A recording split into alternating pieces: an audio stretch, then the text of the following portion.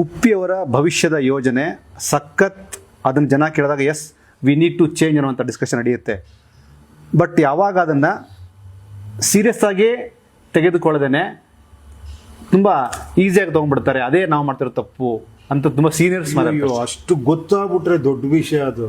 ಈಗ ನನಗೆ ಕೇಳ್ತಾರೆ, ಅಲ್ಲ ಸರ್, ನೀವು ಸೀರಿಯಸ್ ಆಗಿಲ್ಲ, ನೀವು ಜನರ ಹತ್ರ ಬರಲ್ಲ, ನೀವು ಇದು ಮಾಡಲ್ಲ. ನನಗೆ ಎಷ್ಟು ಸಾಧ್ಯವೋ ಅಷ್ಟು ಮಾಡ್ತಿದ್ದೀನಿ ನಾನು. ನಾಳೆ ನೀವು ಕೆಲಸ ಕೊಡ್ತೀನಿ, ಅದಕ್ಕೂ ರೆಡಿ ನಾನು. ಓಕೆನಾ, ಆ ಕೆಲಸನೂ ಮಾಡ್ತೀನಿ ನಾನು. ಬಟ್ ನೀವೊಂದು ಸಣ್ಣ ಕೆಲಸ ಮಾಡಿ ಅಂತ. ಈಗ ಈ ರಾಜಕೀಯ ಹೊಡೆಯೋದಕ್ಕೆ ಅದು ಬೇಕೇ ಬೇಕಿಲ್ಲ, ಆಗಲ್ಲ ಆಗಲ್ಲ ಸರ್. ಈಗ ನಾಳೆ ಹೇಳ್ತೀನಿ ಕೇಳಿ.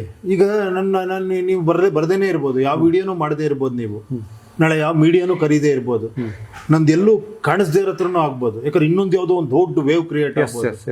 ಅವಾಗ ನೀವು ತಗೊಳ್ಳೋ ಡಿಸಿಷನ್ ಇದೆಯಲ್ಲ, ಏನ್ ಹೇಳಿ, ಇಲ್ಲಪ್ಪ ಅದು ಬೇರೆ, ಅದು ರಾಜಕೀಯ, ನಮ್ಮ ಪ್ರಜಾಕೀಯ, ನಾವು ಮಾಡ್ಬೇಕು ಇದನ್ನ ಅಂತ, ಅದು ಬದಲಾವಣೆ ಆಗ್ಬಿಡುತ್ತೆ. ಸರ್ ಮೋಸ್ಟ್ಲಿ ಈ ಪ್ರಶ್ನೆ ತುಂಬಾ ಸ್ಟ್ರಾಂಗ್ ಪ್ರಶ್ನೆ ಅಲ್ಲ ಸರ್? ತುಂಬಾ ಸ್ಟ್ರಾಂಗ್, ಹೌದು. ಅದೇ